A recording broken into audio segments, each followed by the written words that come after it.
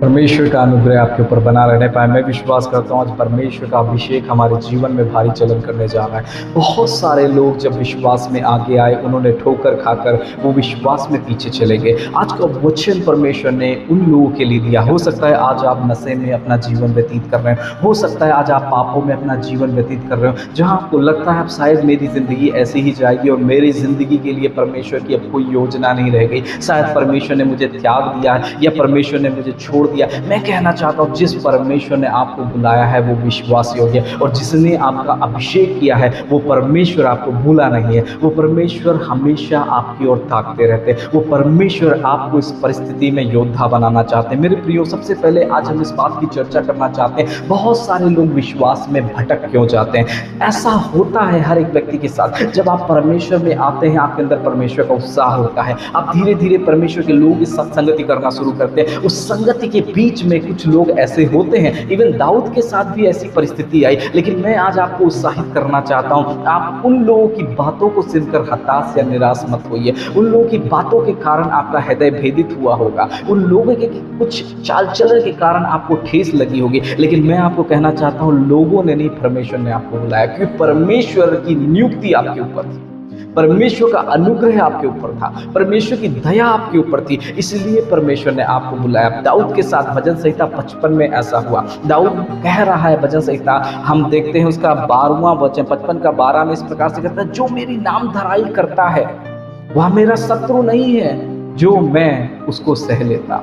जो मेरे प्रति बड़ाई मारता है वो मेरा बैरी नहीं है कि मैं उससे छुप जाता। वो तो तू ही था, मेरा परम मित्र, मेरा परम घनीय मित्र, जिसके साथ हम एक साथ मीठी मीठी बातें कर कर परमेश्वर के भवन में जाते थे। मेरे प्रियो, आज बहुत सारे लोग जो विश्वास में भटक गए, उनको बाहर लोगों ने नहीं भटकाया, अंदर के लोग जो थे, जिनके अंदर परमेश्वर का अनुग्रह नहीं था, जो भेड़ के रूप में भेड़िए थे, जो चुगली करने वाले, जो ठट्ठा करने वाले, जो मंडली को बिगाड़ने वाले, ऐसे बहुत से लोग हमने घुसाते हैं जो परमेश्वर की ओर से नहीं होते हैं, और उनका काम ही है परमेश्वर के चुने हुओं को गिराना। मेरे प्रियो, लेकिन मैं एक बात कहना चाहता हूँ, अंतिम दिनों में परमेश्वर का एनकाउंटर हमारे जीवन के लिए वापस आ रहा है, परमेश्वर की दया हमारे जीवन के लिए वापस आ रही है, क्योंकि कहीं ना कहीं हम विश्वास से बहक गए, कहीं ना कहीं हम विश्वास में टूट गए, लेकिन हमारे अंदर इच्छा है। जब भी हम परमेश्वर की स्तुति करते हुए लोगों को देखते हैं, जब भी हम परमेश्वर की आराधना करते हुए लोगों को देखते हैं, हमारे दिल में वो वेदना आती, प्रभु मैं भी आपके लिए गाता था, प्रभु मैं भी आपके लिए चलता था, लेकिन आज मेरी परिस्थितियां बदल गई। लेकिन मैं कहता हूं परमेश्वर आपकी परिस्थिति को फिर से बदलने जा रहा है। मेरे प्रियो,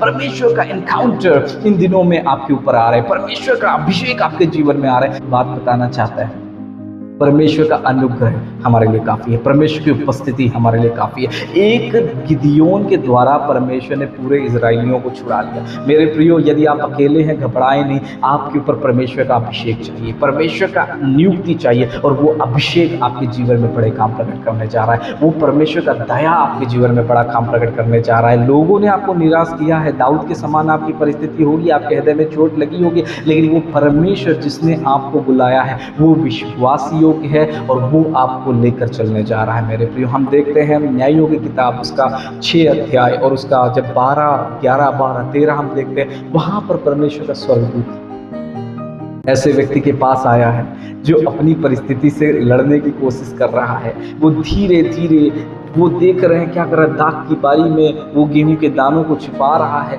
लेकिन वो अपनी परिस्थिति से लड़ने की कोशिश कर रहा है। इसीलिए परमेश्वर के स्वर्गदूत ने उसको पुकार कर कहा, हे सूरवीर सूरमा, परमेश्वर तेरे संग है। लेकिन वो कह रहा है, यदि परमेश्वर हमारे संग होता तो मेरे जीवन में ऐसी समस्याएं क्यों आती। मेरे प्रियो, मैं चाहता हूं आपको बताना, परमेश्वर ने आपकी परिस्थितियों में छोड़ा नहीं, परमेश्वर आपको देख रहा है, क्योंकि वो आपके अंदर एक योद्धा बनाना चाहते हैं। आपका समय आ चुका है, जब आपका समय आ रहा है, परमेश्वर आपको एनकाउंटर करने जा रहा है। आपका समय आ रहा है जब परमेश्वर आपको इस्तेमाल करने जा रहा है। इसलिए आप हताश या निराश ना होइए। दाऊद के साथ भी ऐसी परिस्थिति आई जहां अपने लोगों ने उसे ठेस पहुंचाई, अपने लोगों ने उसे ठोकर खिलाई, लेकिन मैं आज आपसे कहना चाहता हूं, आपका बुलाने वाला सिद्ध है और वो आपके जीवन से अपनी बुलाहट को पूरा करेगा। परमेश्वर आपको इस्तेमाल करने जा रहे हैं। मैं आपके लिए प्रार्थना करना चाहता हूँ, यदि आप नशे में होंगे, आप किसी भी परिस्थिति में होंगे, परमेश्वर का अभिषेक आपके जीवन में आ रहा है, जो आपके बंधनों को खोलने जा रहा है, जो आपको छुड़ा जुड़ाने जा रहा है, जो आपको आगे बढ़ाने जा रहा है, जो आपके जीवन में बड़े काम प्रकट करने जा रहा है। आइए मिलकर हम प्रार्थना करें।